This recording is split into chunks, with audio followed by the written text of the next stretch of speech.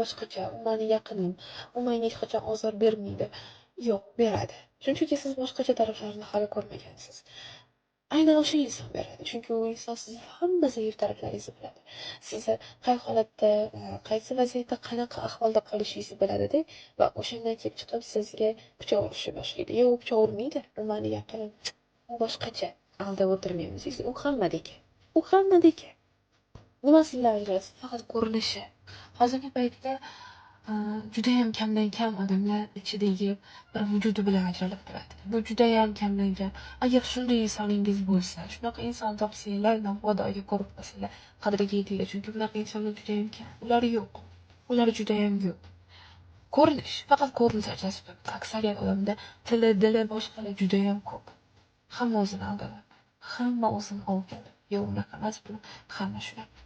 Tanaling, haqiqatni tanaling. Haqiqatga tik qarang, o'zingizni ovutmang.